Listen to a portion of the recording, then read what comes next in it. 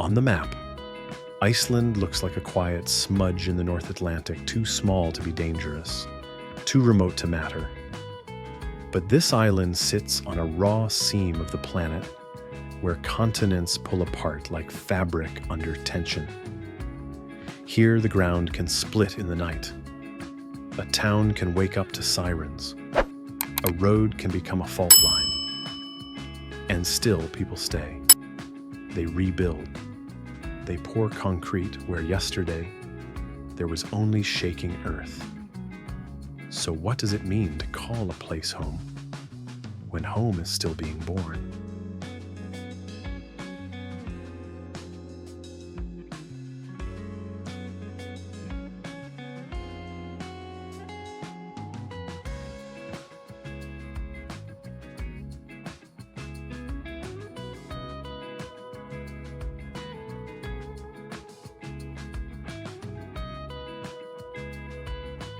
To understand Iceland, the story has to start beneath it below. The moss below the lava fields, below the roads that sometimes buckle and crack. This island is not just on the earth. It is where the earth is still being assembled.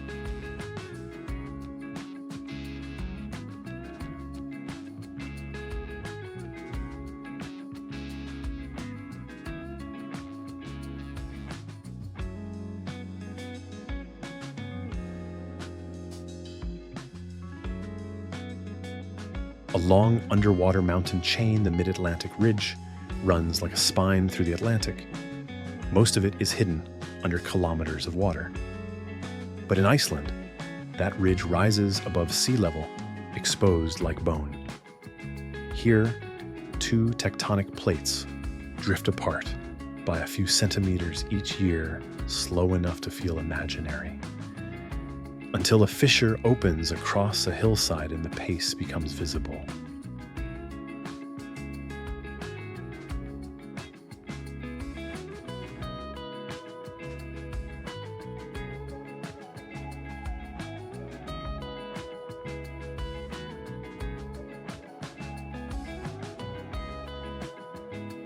One of the clearest windows into that process is Thingvellir National Park.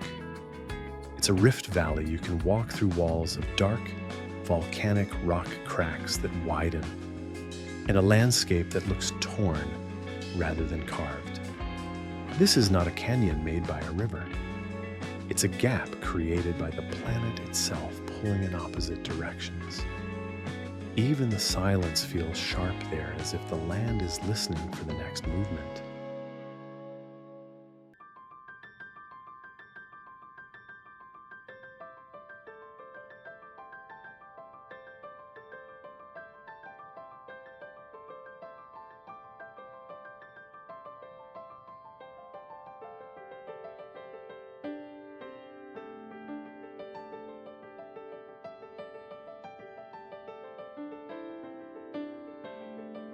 But Iceland is not only split by plates, it is fueled from below. Under parts of the island, a hotspot supplies extra heat and magma, a deeper engine that helps explain why volcanoes are so densely packed across a country this small. That heat shows up everywhere, steam rising from fields, hot water running under streets, and geothermal zones that hiss like kettles left on too long. In places such as the Glacier geothermal area, the ground is alive with pressure mineral terraces, sulfur scents, and eruptions of water that turn geology into a repeating performance.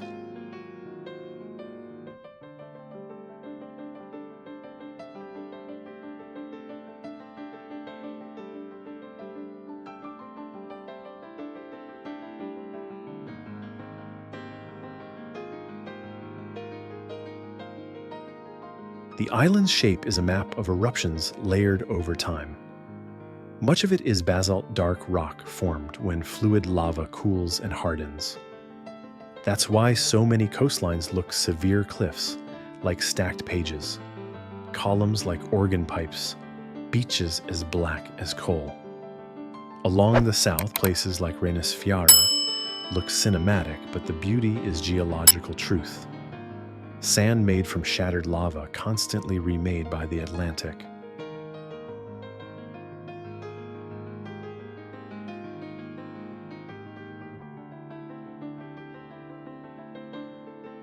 Then there is ice, because Iceland's drama is never just fire. The great glacier Vatnajökull sits like a white continent on the island's shoulder, covering volcanoes and valleys alike. Its presence changes everything: weather patterns, river systems, even the kind of danger people live with. When volcanic heat meets thick ice, the result can be sudden violent floods, jökulhlaups, where meltwater bursts out and races across plains, carrying ice blocks like boulders. In Iceland, water can behave like an avalanche.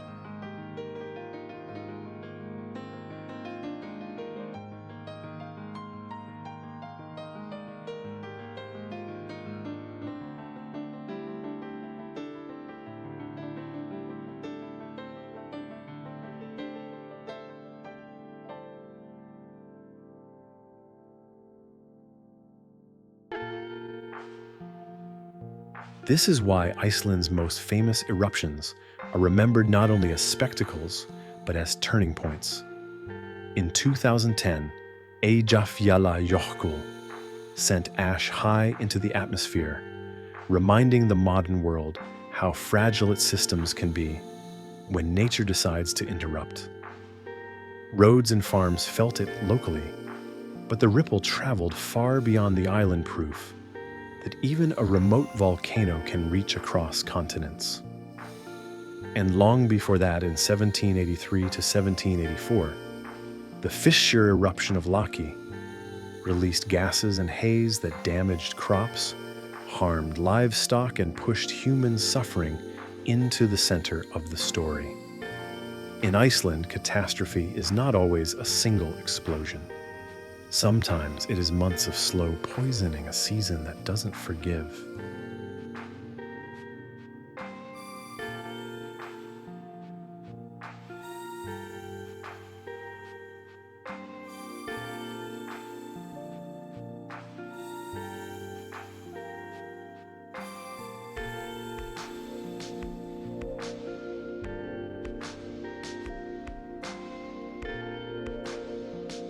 Yet the island also carries gentler signatures of the same forces. Around Lake Mývatn, the landscape is scattered with odd shapes, pseudo-craters formed when lava flowed over wetlands and the trapped water flashed into steam. Elsewhere, old lava fields are softened by moss that grows slowly, carefully, like nature stitching a wound.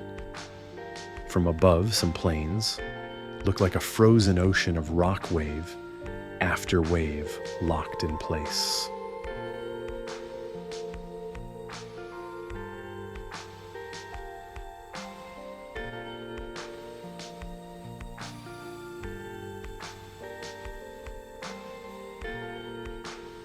The climate adds another layer of contradiction. Despite its latitude, Iceland is not uniformly Arctic. Ocean currents keep many coasts milder than their coordinates suggest, while the interior highlands can feel like a different planet: wind, scoured, volcanic, and empty. Storms can roll in suddenly. Weather can change the color of the land in minutes, turning lava from matte to glossy, turning mountains from visible to myth.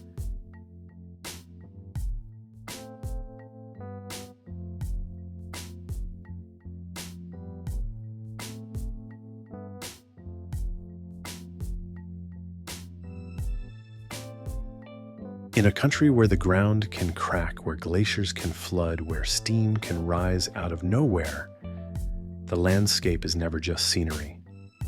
It is an active system, one that creates beauty, creates danger, and keeps rewriting the rules of what normal looks like.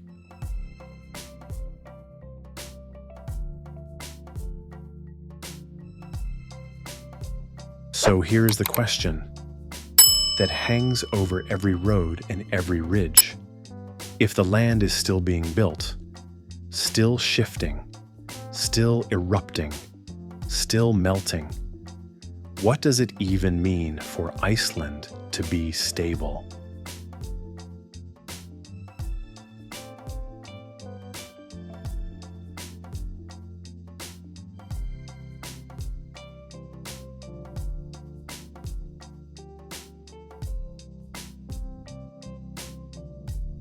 If Iceland's geology is a loud argument between fire and ice, its living world is the quiet negotiation that follows.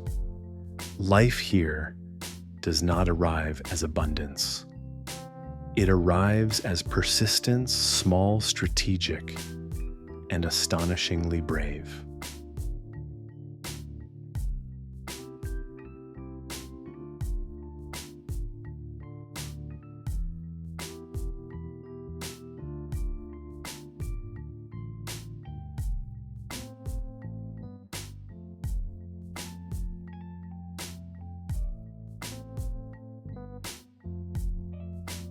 On land, the first surprise is what isn't present.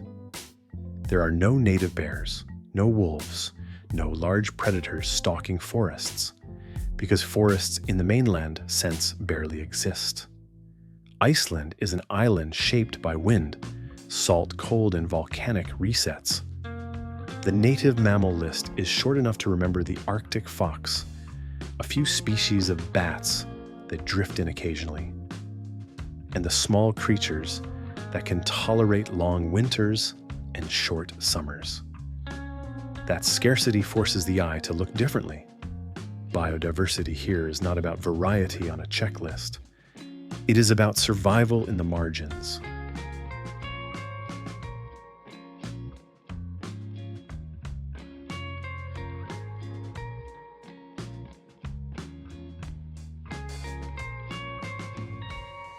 The Arctic fox compact watchful, built for cold, moves through lava fields and coastal tundra, like a piece of the landscape that learned to breathe. It is the only truly native terrestrial mammal, and that fact alone feels like a clue. It suggests how harsh this place can be and how rare it is for a land animal to arrive here and then stay.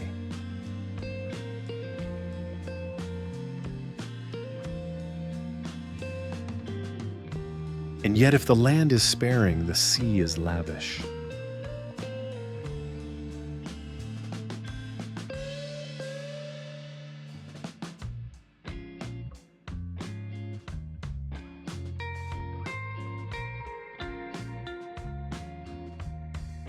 All around Iceland, the ocean is the real pantry, the real highway, the real pulse. Cold currents, shifting fronts, and nutrient-rich waters create feeding grounds that draw life in layers. Plankton blooms, then fish, then birds, then the great silhouettes that rise and sink beyond the waves. Along the coast, the air itself can feel textured, salty sharp, carrying the cries of seabirds and the deep rhythmic percussion of surf against black sand.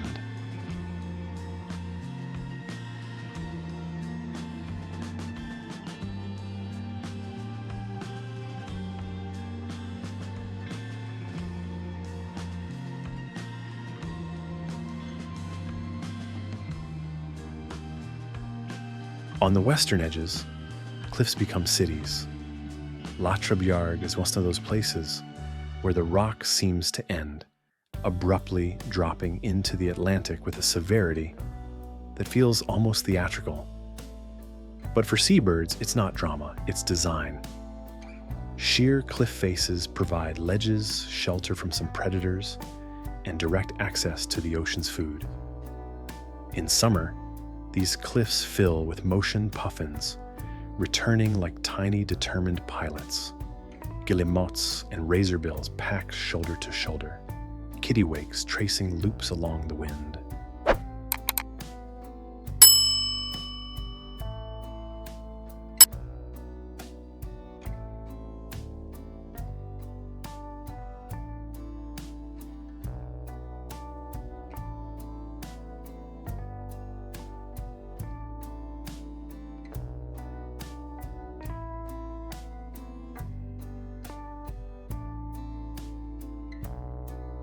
The puffin especially becomes a symbol people carry away.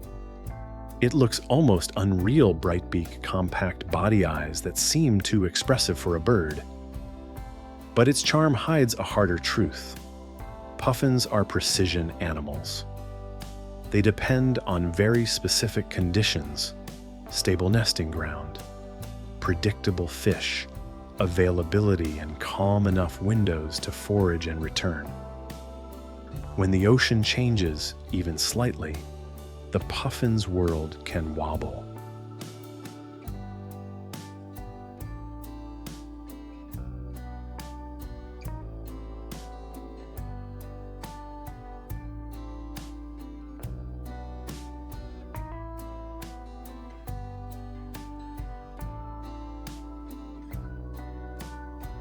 Far offshore, the story grows larger.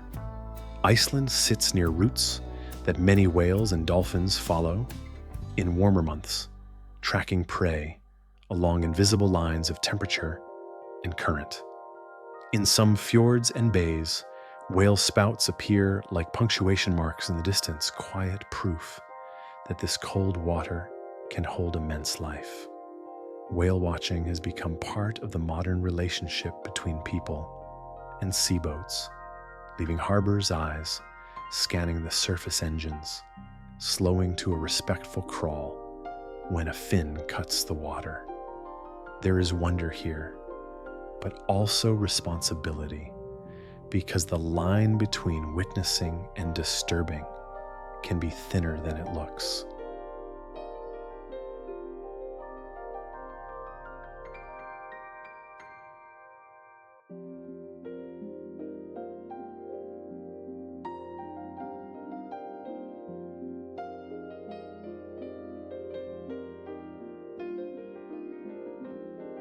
Meanwhile, inland Iceland's ecosystems speak in a different language, one of moss lichens and low vegetation that hugs the ground as if afraid to be lifted by the wind. Much of the island lies above the tree line, not because it is exceptionally high, but because conditions are severe. Trees struggle against cold, snaps, poor soils, and grazing. Where woodland does exist, it can be delicate birch stands that feel more like a memory of forests than the forests themselves.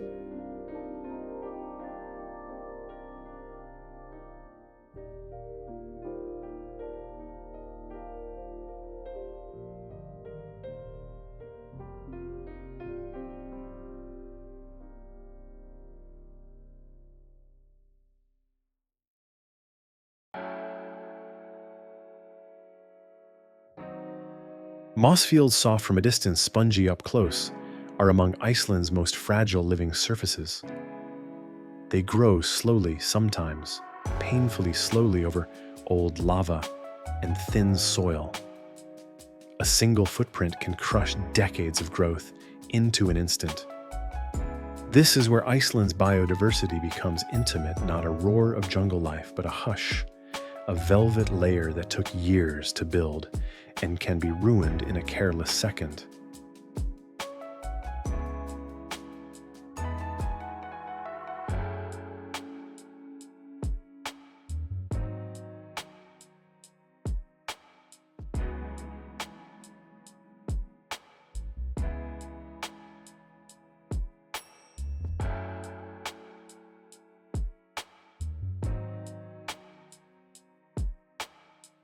Fresh water brings its own pockets of richness. Lakes and rivers fed by rain's snowmelt, and glaciers hold fish like Arctic char and trout, while salmon runs some rivers seasonally, turning cold water into a corridor of muscle and instinct. Summer light stretches long, and life uses it. Urgently plants flowering fast, insects pulsing in brief abundance, birds timing everything to the narrow window when the land is generous.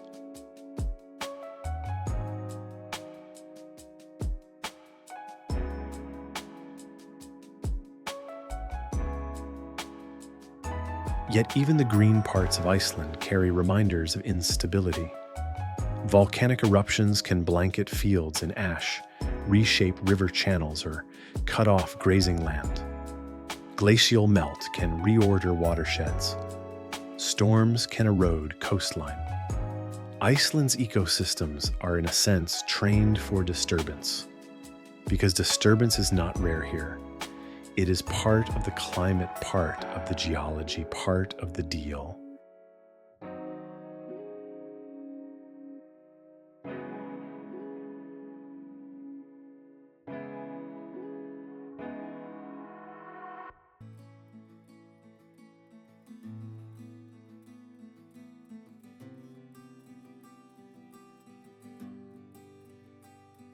That is why the modern era feels like a new kind of test. Not because Iceland has never faced harsh change, but because today, multiple pressures stack on top of one another.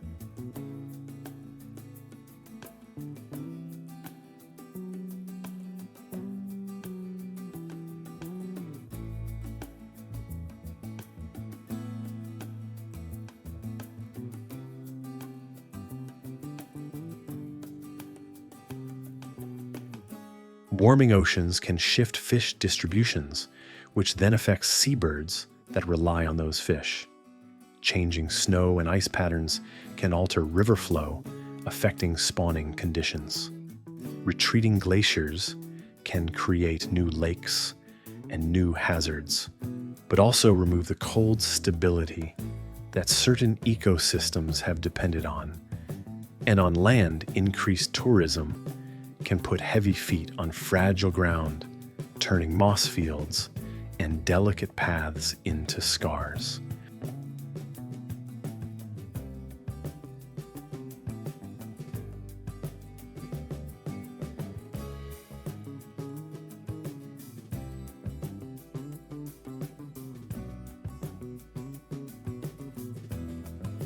At the same time, conservation and cultural tradition weave together in complicated ways. Sheep grazing is part of rural life, but grazing pressure can slow woodland recovery. Puffins are iconic, but they also exist within local histories of subsistence and hunting. Whales can be viewed through lenses of heritage, economy, and ethics all at once. Iceland doesn't offer easy moral binaries. It offers reality people, living in a hard place, making choices, adapting, arguing, adjusting.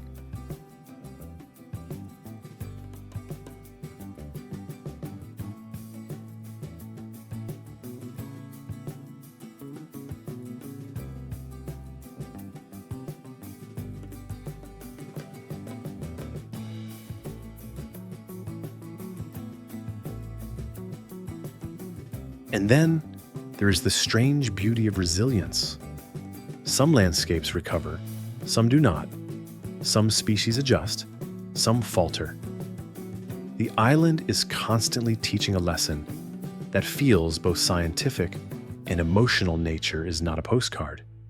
It is an active, responsive system, sensitive to temperature, pressure, timing, and to human behavior.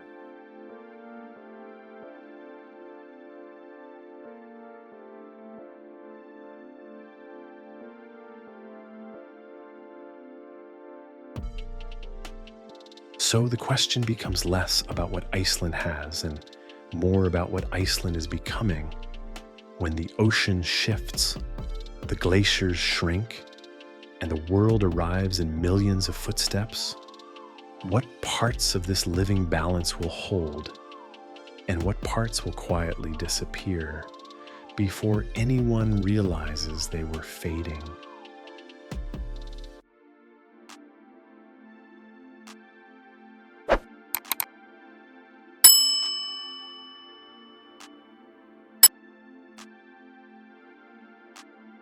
A place this young, still steaming, still splitting, should in theory feel uninhabitable.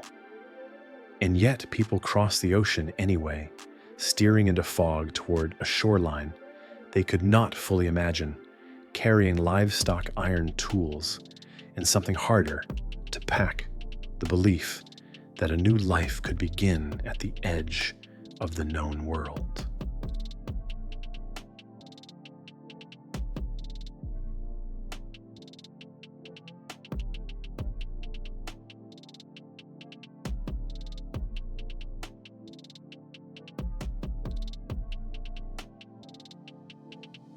The earliest stories do not start with kingdoms. They start with small boats and smaller certainties. Tradition holds that the settlement age begins around 874, when Ingólfur Arnarson is remembered as the first permanent Norse settler. The year itself matters less than what it represents: a decision to stay through winters that could erase mistakes and summers that could vanish in a blink.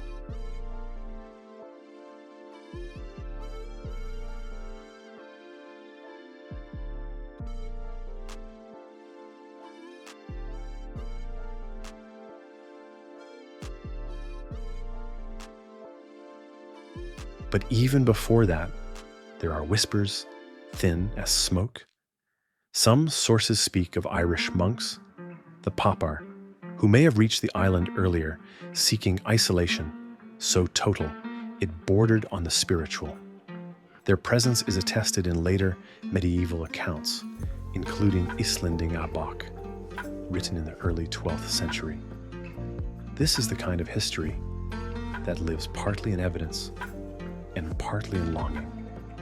The idea that the island called to people who wanted to disappear from the noise of the world. If someone truly came first and then left, what did they see that made them go? And what did the next arrival see that made them stay?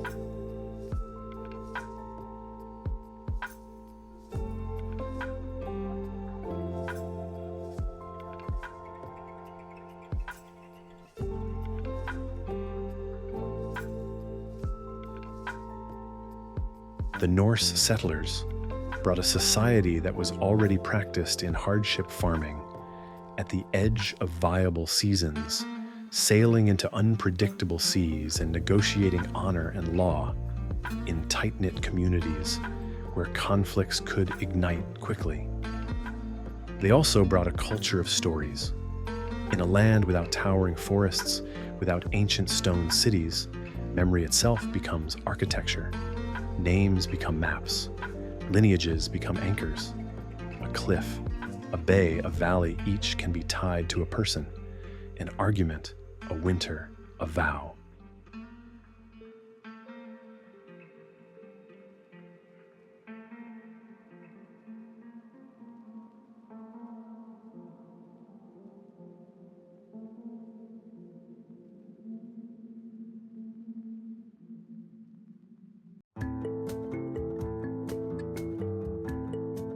Life demanded adaptation immediately. The island's soils could be thin and volcanic. Timber was limited. The weather had moods, and those moods could turn lethal without warning.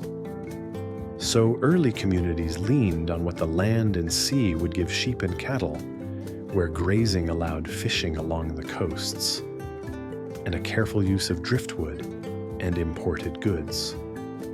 Houses were built low, insulated, practical shelter, not as comfort, but as strategy.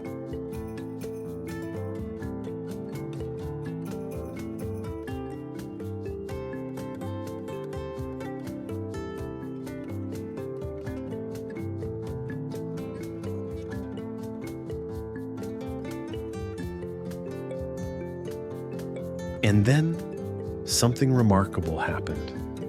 Something almost counterintuitive for a frontier society scattered across a harsh island.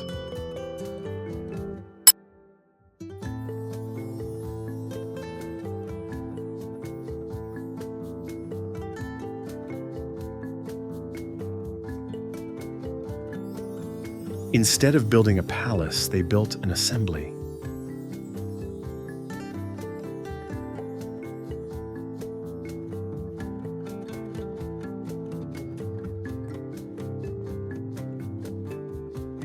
Around 930, the settlers established Althingi at Thingvellir, an open-air gathering where chieftains met to settle disputes, make laws, and keep the society from tearing itself apart.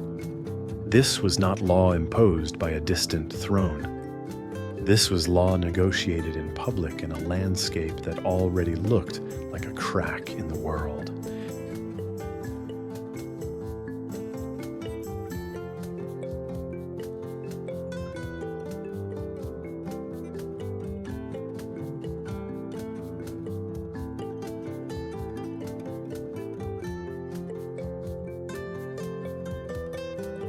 That setting matters. Thingvellir is a Rift Valley rock pulled apart walls, formed by fault lines, the land visibly divided. And here, in the middle of that geological separation, people attempted a political solution unity through rules. It is hard not to feel the symbolism. When the ground itself is splitting, what does it take to keep a society from splitting too?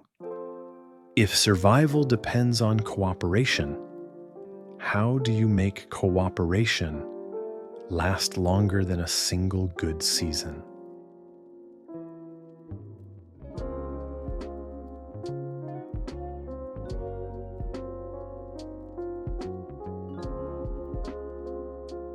The assembly was also a social phenomenon, a temporary city of tents and booths, traders and travelers, feuds and reconciliations. It wasn't only government. It was theater, marketplace, courtroom, and calendar marker all at once. People came to hear decisions that might change their future, and to be seen to belong to measure themselves against others. In a place where isolation could swallow a person's sense of reality, the gathering served as a yearly proof the community still existed.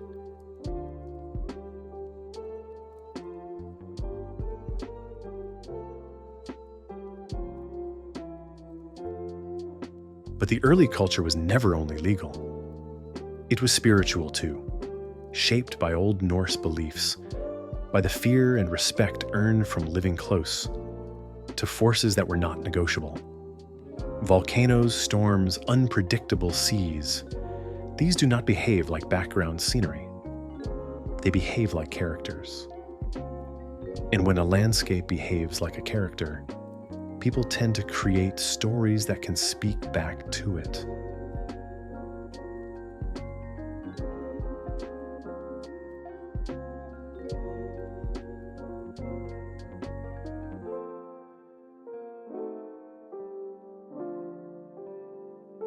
Then came a moment that tested the island's fragile balance, the adoption of Christianity.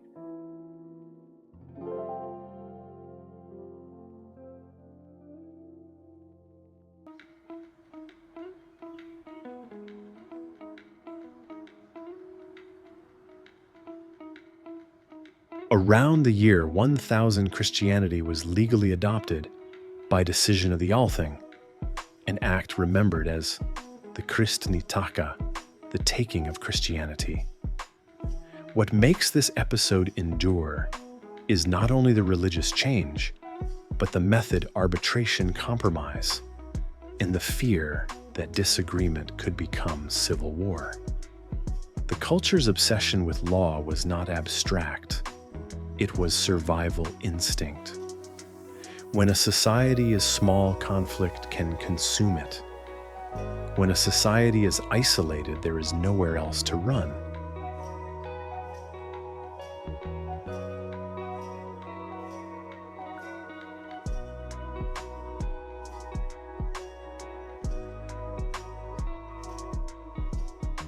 And the conversion story carries its own strange tenderness.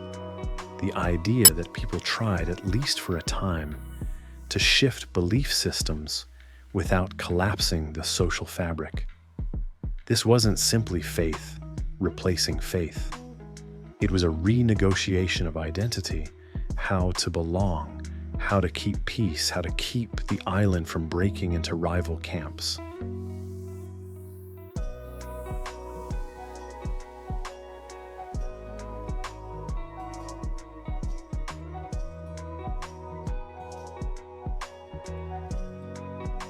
That tension between the ancient and the incoming, between tradition and adaptation, would become one of the island's defining rhythms.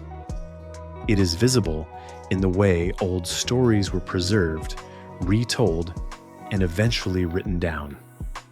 Works like Land and Namabak describe the settlement of the island in remarkable detail, listing people, places, and lineages across the 9th and 10th centuries. These aren't just records. They are proof of a cultural instinct to turn a harsh beginning into a coherent memory, to make the past legible enough that the future can stand on it.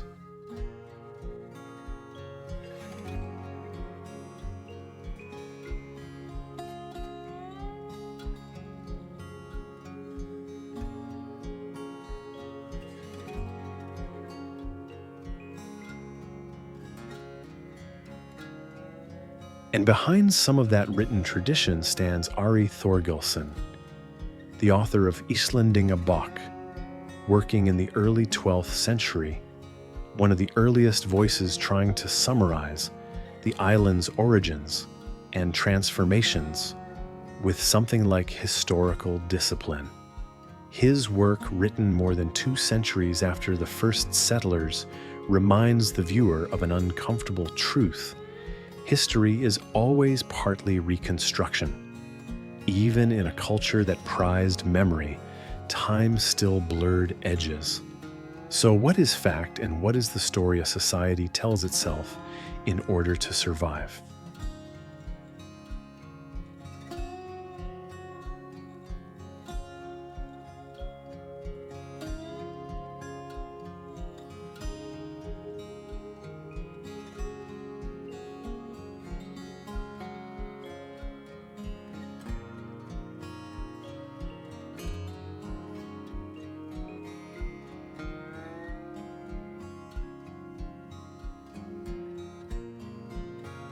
That question matters here, because the island's early culture is in many ways a culture of limits. Limits of daylight, limits of growing seasons, limits of resources, limits of distance. And yet, within those limits, people built institutions, preserved language, and created a storytelling tradition so powerful that it would outlive empires.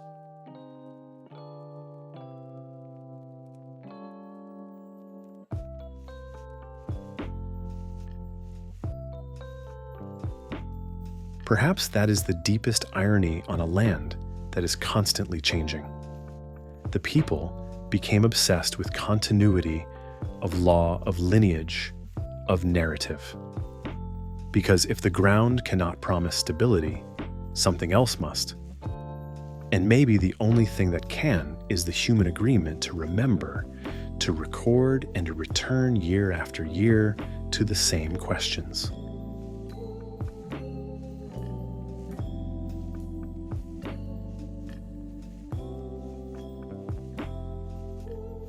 So when the early settlers stood in the Rift Valley and listened to law spoken aloud, what were they really doing? Were they creating a government? Or were they making a pact with uncertainty itself, promising that even if the island keeps moving, the community will try not to break?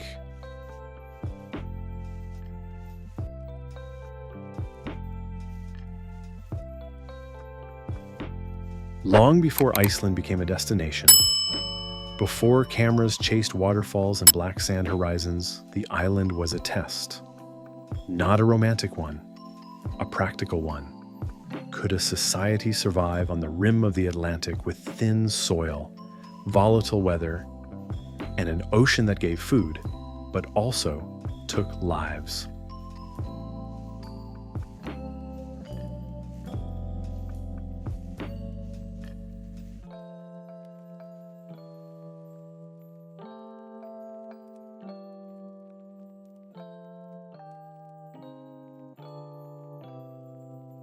In the earliest centuries after settlement, Iceland was not ruled by a king. It was a web of chieftains Farms, alliances, and feuds, an improvised order held together by law and reputation. Ships came and went, carrying timber iron and stories. The sea was the country's first real road, because the interior highlands were often too harsh, too empty, too unpredictable. Coastal travel stitched communities together. A journey by water could be faster than any attempt to cross the island's wild heart.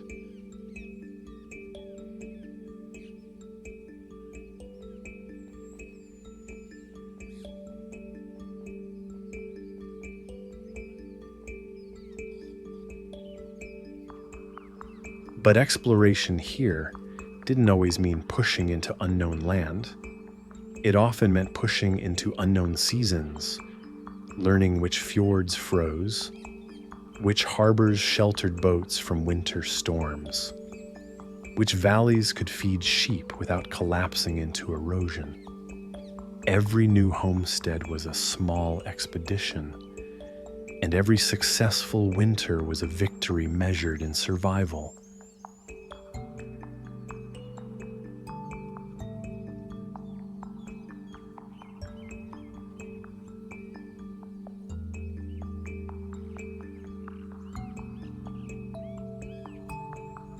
Over time, Iceland's independence shifted into dependency slowly, almost like a tide, that people only notice when the shoreline has moved.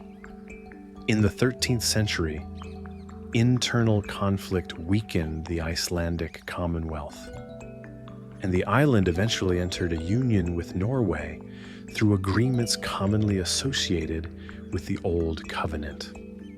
From that point on, Iceland's fate became increasingly linked to larger Scandinavian powers, even though the island remained far away physically and psychologically.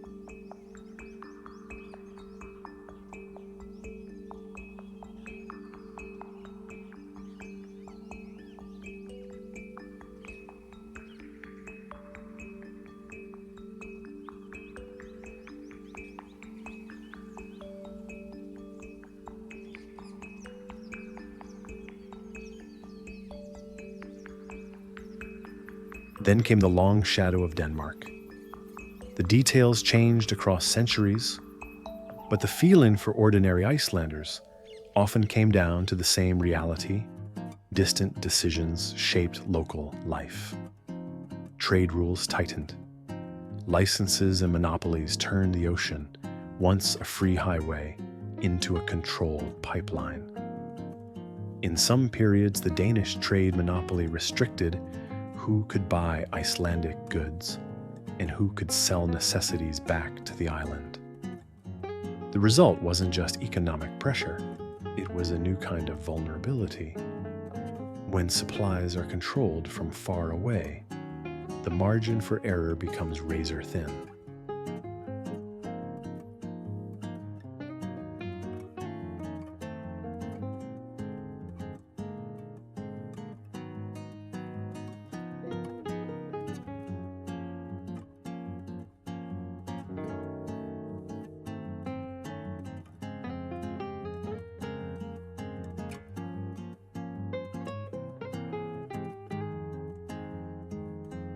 And yet, even in these constrained centuries, Iceland kept producing something strangely powerful culture with teeth. The sagas written down in the medieval period but rooted in oral memory did more than entertain. They preserved identity. They made the island's people feel legible to themselves. In a land that rarely granted comfort, narrative became a form of shelter.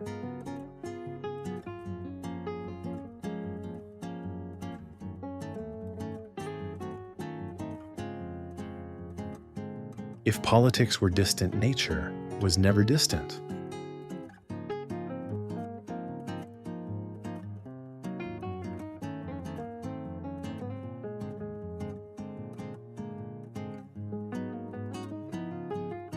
Iceland's history is punctuated by events that feel less like weather and more like fate. Years when the island's fragile balance tipped. Eruptions, harsh winters, and disease could trigger famine. Seas could close. Livestock could die. In a small society, there's no such thing as a minor crisis. A bad season doesn't stay local. It echoes through every valley and every shoreline.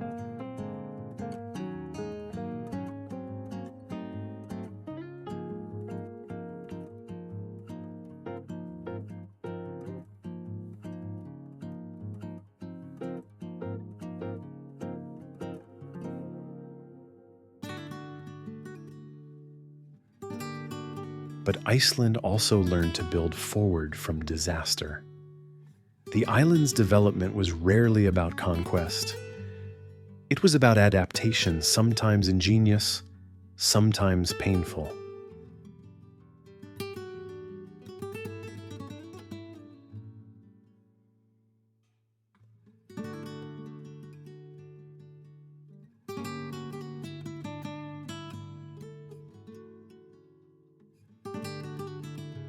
In the 19th century, winds of change arrived from Europe, ideas about nationalism, self-determination, and modern governance. Iceland's push toward greater autonomy wasn't a single moment. It was a long negotiation between identity and reality. It meant building institutions, expanding education, and slowly shifting power back toward local decision-making.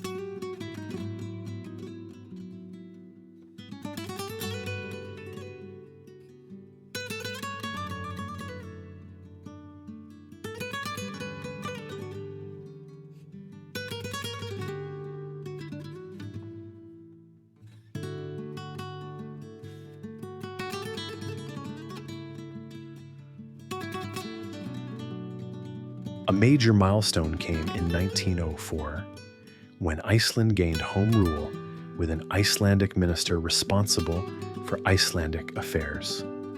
Later in 1918, the island became a sovereign state in a personal union with Denmark, the Kingdom of Iceland recognizing Iceland's autonomy while still sharing the Danish crown. And then in 1944, in the middle of a world at war, Iceland became a republic. Those dates can sound like textbook markers, but on the ground they mattered in simple ways. Who controlled trade, how laws were written, what it meant to belong to a nation that finally spoke in its own name.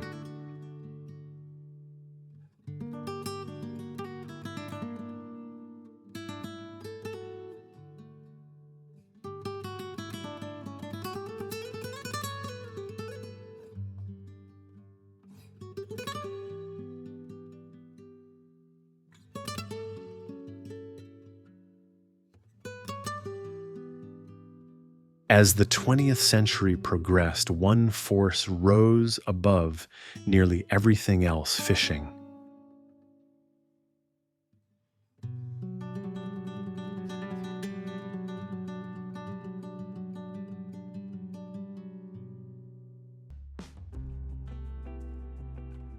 Iceland's economy and identity have long been married to the sea. Cod, herring, and other fisheries became lifelines, jobs, exports, and the foundation of modern prosperity.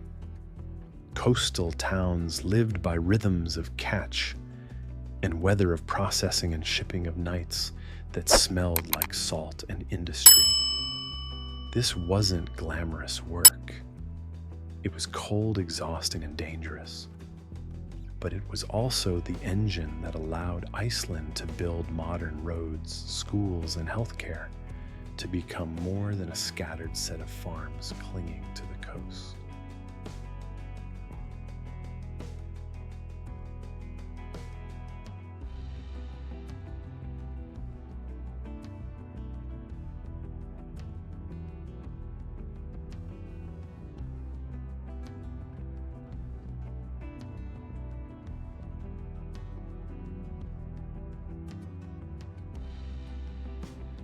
To see the transformation, one place tells the story better than any statistic Reykjavik.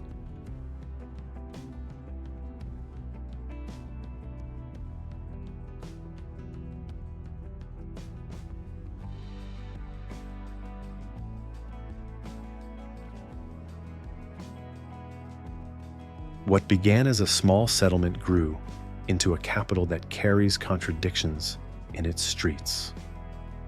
It is compact, almost intimate, yet it holds the infrastructure of a modern nation, universities, government, art, technology, and a growing cultural confidence. It is also a coastal city that never fully stops listening to the ocean. Even the modern skyline feels temporary under the big sky, as if the island is reminding its own capital, nothing here is permanent, not even concrete.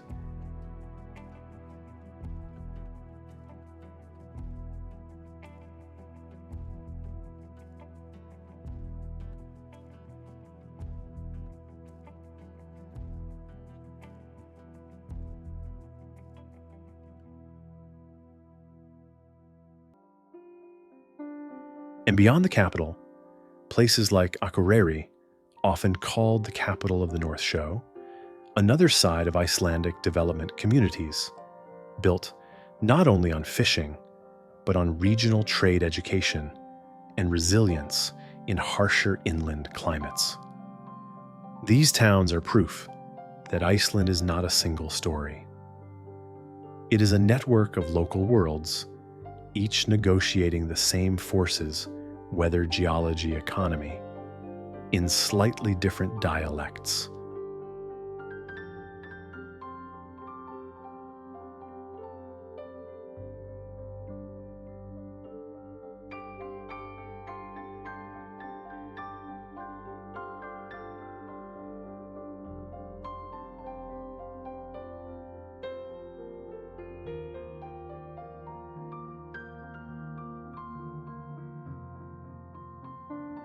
But development in Iceland is never a straight line. It is more like a path across lava, solid in places, suddenly broken in others.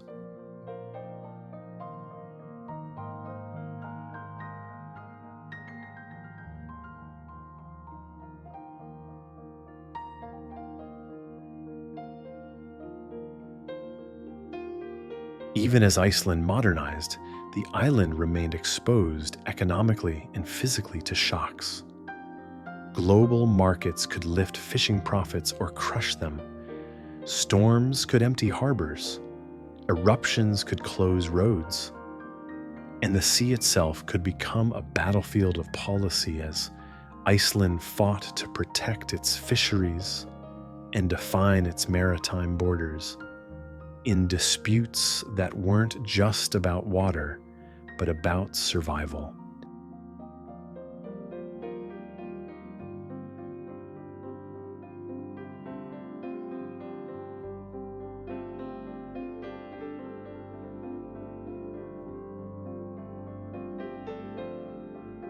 At the same time, Iceland began turning its volcanic inheritance into a different kind of advantage.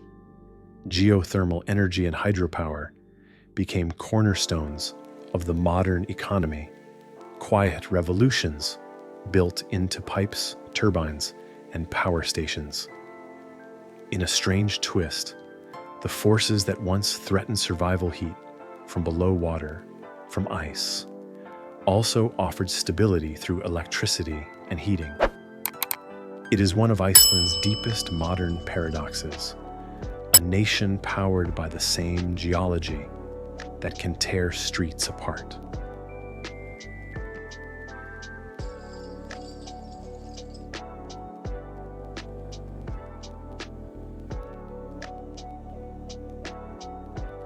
And then slowly the world began arriving for the scenery.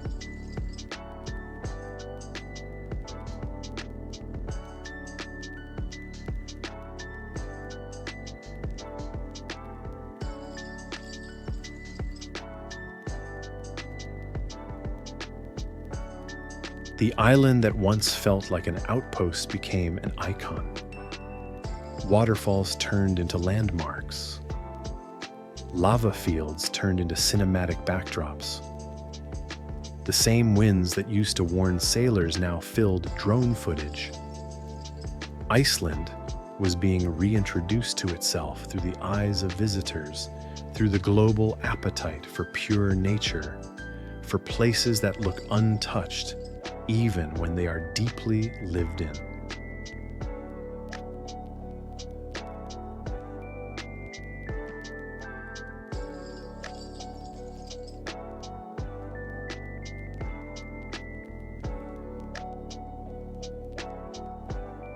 This new era didn't erase the old Iceland, it layered over it.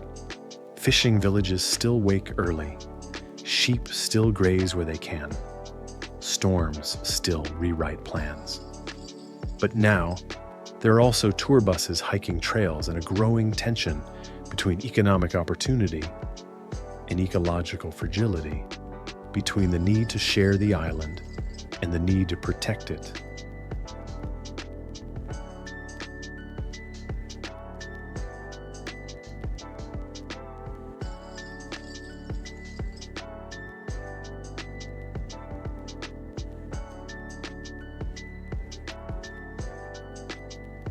Because the real historical question is not simply how Iceland survived the past.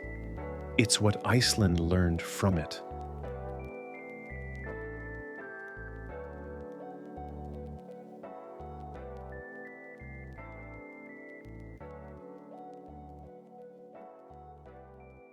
A society forged by isolation and uncertainty developed a particular kind of toughness, one that values community planning and respect for forces larger than human will. But in a modern world that moves fast, that toughness is tested differently. Not by whether people can endure winter, but by whether they can manage success without losing the very qualities that made survival possible.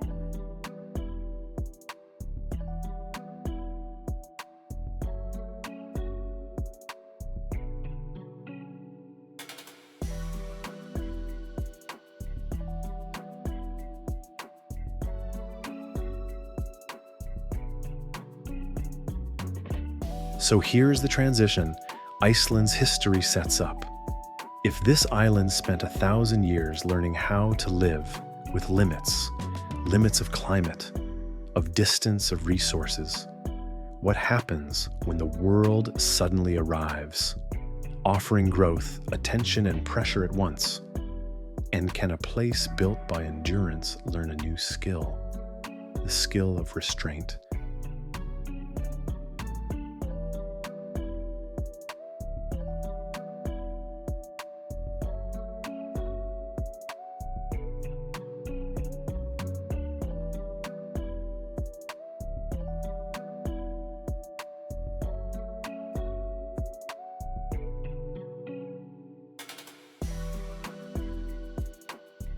Modern Iceland looks calm at first glance, clean streets, warm homes, steady lights, and long winter nights. But the calm is partly engineered and partly earned. Because even now, the island never stops negotiating with forces that don't care about human schedules, volcanic pressure-shifting weather, and a global appetite for untouched nature that can arrive faster than a landscape can recover.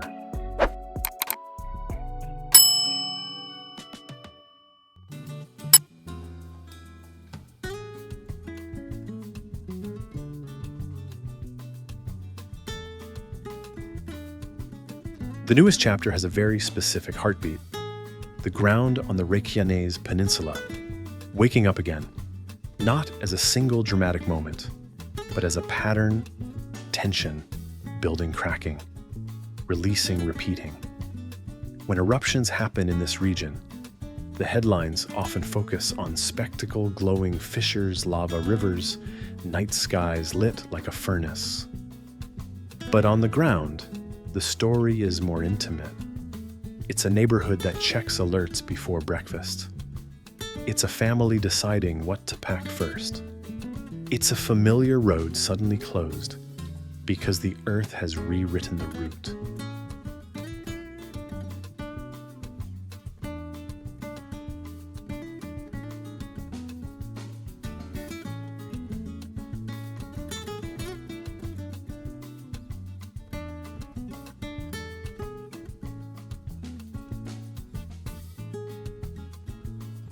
Few places capture this collision of wonder and disruption more sharply than Blue Lagoon. The world sees it as a dream. Milky water, steam-soft light on the horizon. Locals know it also sits in a landscape that can turn restless. In periods of elevated seismic activity, the fantasy has to pause. Closures, evacuations, uncertainty. What does it mean for a place of relaxation to exist inside a living volcanic system? Maybe the real lesson is that nature doesn't cancel itself for tourism. The schedule always belongs to the island.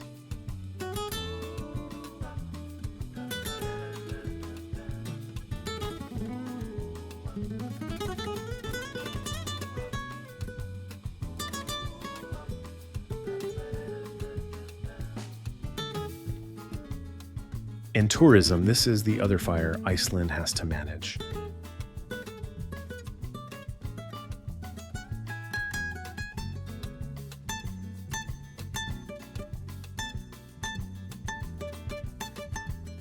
The same roads that once served scattered communities now carry an unbroken stream of visitors, circling the island, chasing waterfalls, glaciers, and black beaches, as if collecting proof that the planet still has magic left. The benefits are real jobs, regional development, new opportunities beyond fishing. But pressure is real too. Trails widen, moss is bruised, quiet villages are asked to function like airports. The land that looks empty in a photograph may be carrying far more weight than it could show.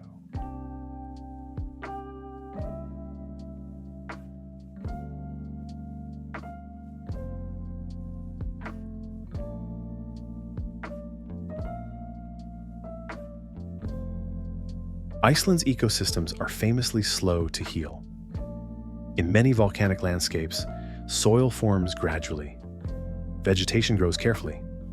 A single shortcut off trail, one impulsive step for a better angle, can leave a scar that lasts far longer than anyone expects. So conservation here becomes a daily practice, not a slogan. It shows up in boardwalks built over fragile ground, in signs that sound almost pleading, in rescue teams who are tired of pulling people out of situations created by bravado and thin clothing.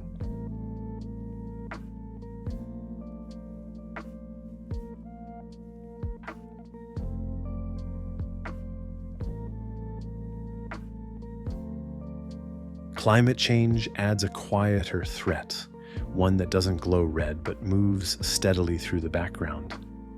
Glaciers retreat. Weather patterns grow less predictable. Coastal storms bite harder. And when ice changes, everything downstream changes too. River flow sediment hazards, even the shape of the land itself.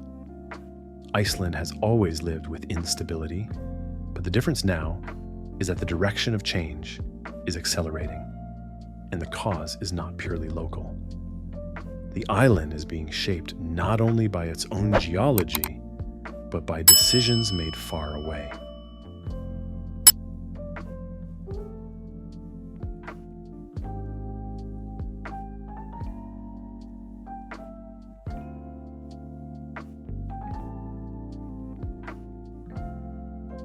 There's another modern paradox that Iceland embodies a country known for clean energy, still faces difficult questions about growth, consumption, and identity.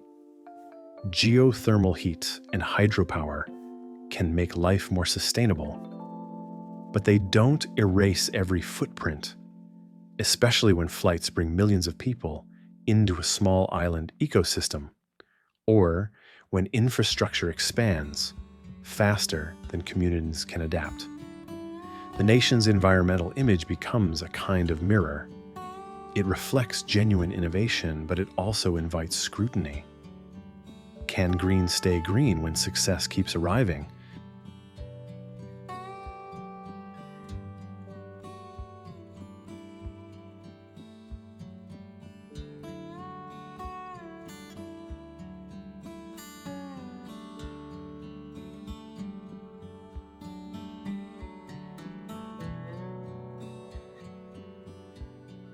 And yet Iceland is not defined only by pressure. It is defined by culture that has learned how to breathe in a harsh place.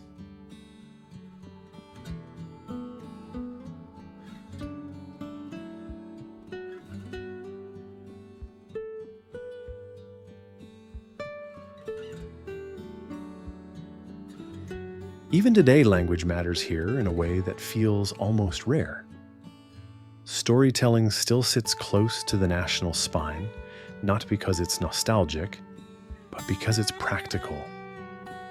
In a landscape where nature can swallow certainty, words become a way to hold meaning steady. Music and literature often carry that same Icelandic tension beauty, paired with unease humor, threaded through darkness, tenderness, alongside weather.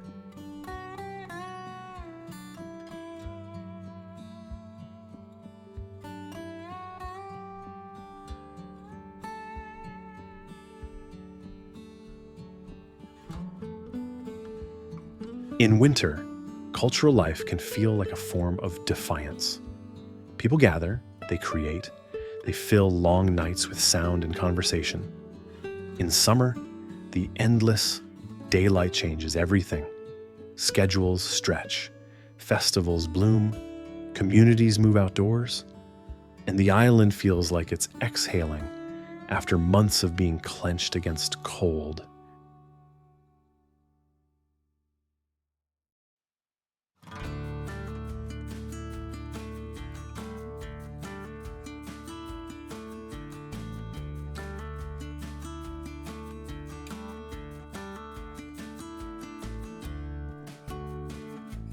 And beneath all of this tourism, energy, art, and modern life, the volcanic truth remains. It is always there like a drumbeat under the floorboards. When Grindavik is evacuated, when roads are rerouted, when barriers are built to defend key infrastructure, the island is reminding everyone, locals and visitors alike, that stability here is not a permanent condition. It is a relationship, one that demands attention.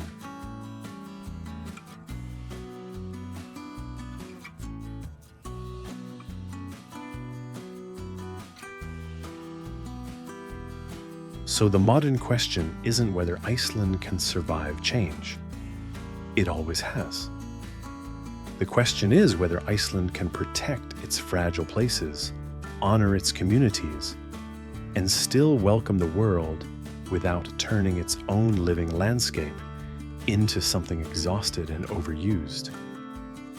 And if the ground can split without warning, maybe the deeper question is, this what should never be allowed to split nature, culture, or the responsibility between them.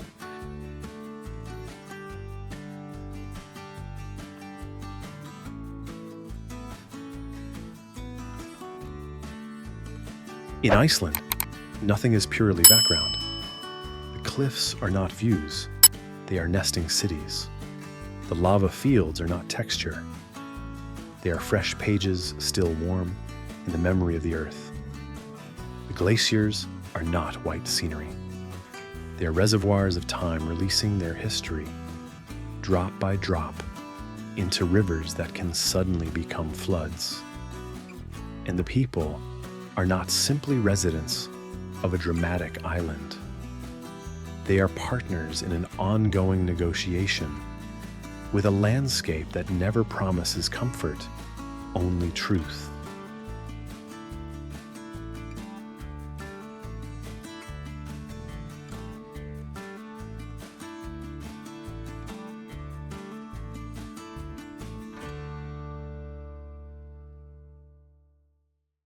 This is what makes Iceland feel like a living laboratory of the planet, fire building land, ice shaping it, water carrying it away, and wind refusing to let anyone forget how exposed life can be. But the most important force here might not be geological at all. It might be human restraint, the decision to walk lightly on moss that took decades to grow, to listen to warning signs that aren't decoration, to treat a fragile coast not as a stage, but as a home for other lives.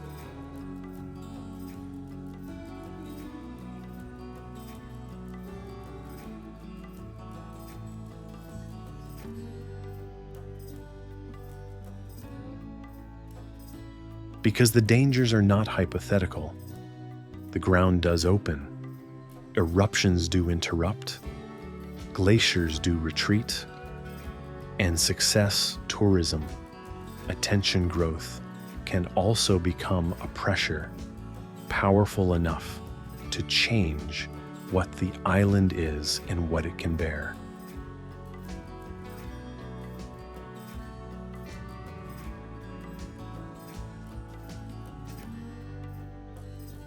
So if Iceland leaves one lasting message, it may be this: the edge of the world isn't a line on a map. It's a reminder of limits, limits of safety, limits of ecosystems, limits of what can be taken without being damaged.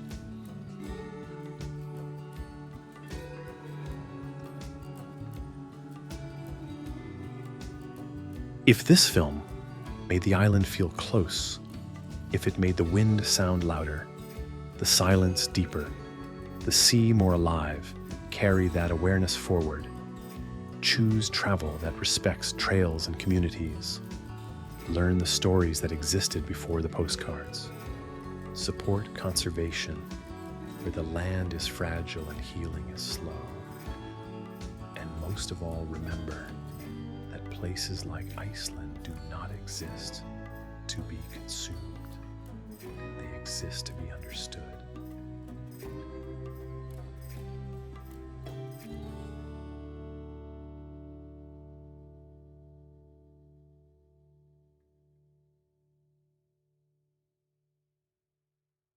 Because in the end, the question Iceland asks is not about volcanoes or glaciers.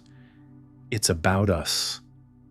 When the earth is still being born beneath our feet, what kind of visitors and what kind of caretakers will we choose to be?